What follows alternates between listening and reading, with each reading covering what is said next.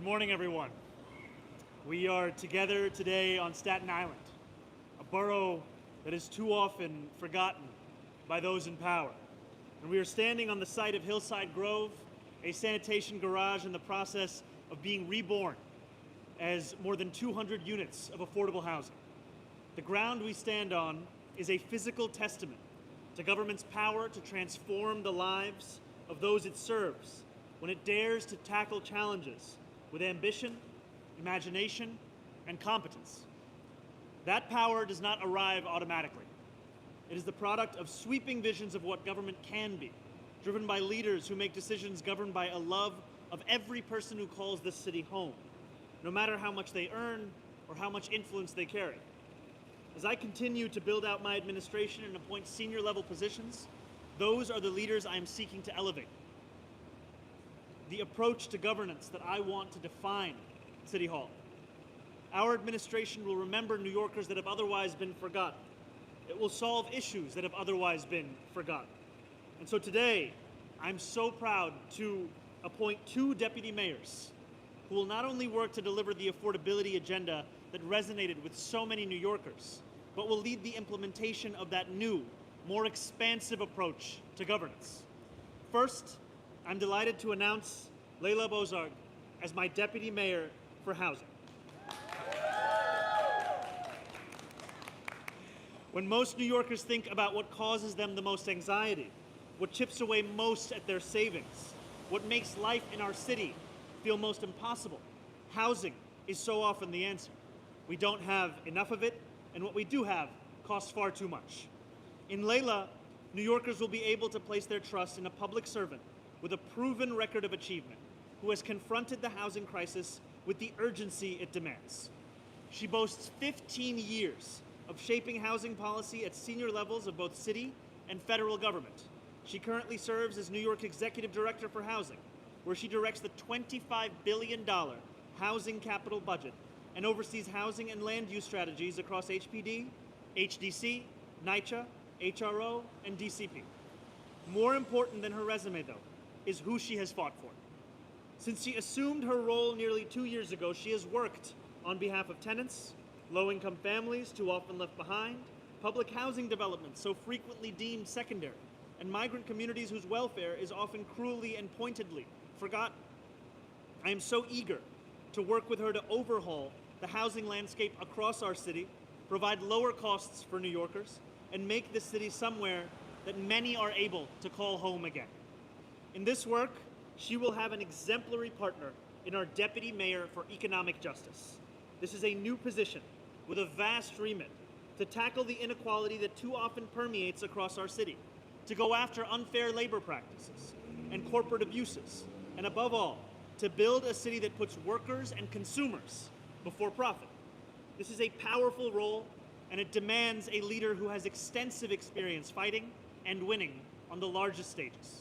That is why I am thrilled to announce that Julie Su will serve as New York's inaugural Deputy Mayor for Economic Justice.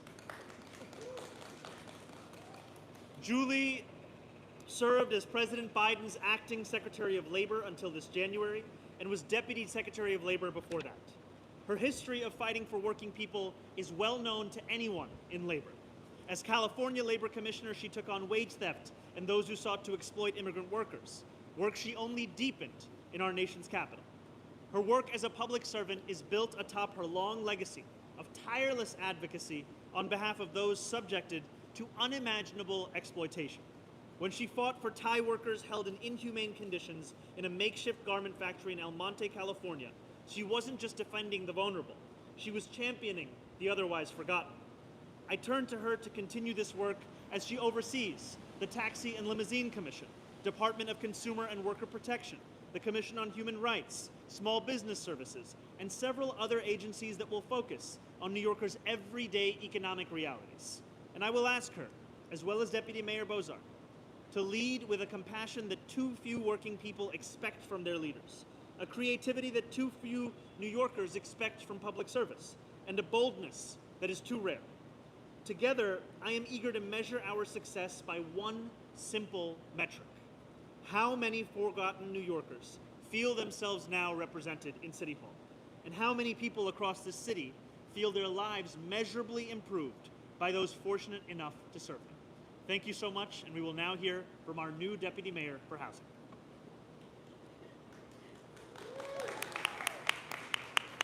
Thank you, Mayor-elect. Good morning. I'm incredibly honored to have the opportunity to continue to serve the people of New York in this new role, and to join an administration with a remarkable clarity of purpose. Like so many New Yorkers, I watched over the past year as Mayor-elect Mamdani shared his vision for a more equitable, affordable New York. And like so many New Yorkers, his message really spoke to me, and it spoke directly to the work I care so deeply about and have been doing for 2 decades. When New Yorkers hear the word affordability, I know it means something different to each person. For some, it speaks to high medical bills. For others, grocery costs. And for many young families, it's a reminder of the exorbitant cost of childcare. And yet, I know that for so many, the cost of housing is the #1 issue that comes to mind. When you can't afford a home, so many of our neighbors cannot, you can't fathom a life of dignity and security. Everything depends on stable housing. For the last 20 years, I have dedicated my career to rewriting that equation, to expanding our supply of mixed income, affordable, and public housing, building and preserving housing, affordable housing across our city, and standing up for affordable housing tenants. Every day that I have gone to work, whether it was at the Department of Housing and Urban Development under President Obama, the city's Department of Housing Preservation and Development, or more recently as the Executive Director for Housing in City Hall, I've been driven by a singular mission of making housing something that improves people's lives rather than something that causes them anguish and distress. We face immense challenges before us, but every challenge is an opportunity. There are hundreds of thousands of homes that we can be building. Look no further than the site we're in today. It's proof. We can turn city-owned sites into deeply affordable housing. We can get creative and innovative. This site is ready for massive infrastructure and housing investments, and we're going to turn it into homes for hundreds of New Yorkers with various needs. For seniors, those ready for home ownership, those coming out of the shelters, and those with low and extremely low incomes. I, like our mayor-elect, relish the chance to prove that we can do much more of this, and that what so many deem impossible is indeed very possible. In Mayor-elect Mamdani, I see a bold leader with a comprehensive vision to transform the landscape of housing across New York that we need to deliver to truly achieve truly lasting and meaningful change. I'm humbled by the trust you put in me to assume this role and to fulfill its awesome responsibilities, and I look forward to continuing to serve the city that I love and the millions who call it home. Finally, I'm proud to join a team that leads with drive and determination and works tirelessly to include every New Yorker in this equation and everyone who deserves dignity and power, including my new colleague, Julie. Because people's ability to find and keep housing has much more to do than with just the housing. It's also about their ability to find and keep good jobs and dignified work so that they can pay their rent and mortgages. I'm grateful to every person that has helped me get to this point. I want to mention a couple mentors, Maria Torres Springer, Alicia Glenn, Vicky Bean, Eric Enderlin. I want to thank my parents who were not able to be here today, but whose personal sacrifices in coming to this country 44 years ago gave me and my siblings a chance to be who we are and to live out our own dreams. And I want to thank my wife, Molly, who supports me in my ability to show up as the best version of myself every day. Most of all, I want to thank the people of New York for placing their trust in me. I will get to work, and I will work to fulfill that trust every single day. Thank you.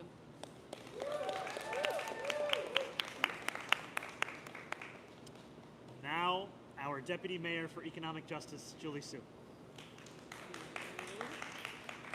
Thank you so much, Mayor-elect, for this extraordinary honor and for the opportunity to serve. The very creation of this role, a Deputy Mayor for Economic Justice, speaks volumes about this administration's vision, innovation, and priorities.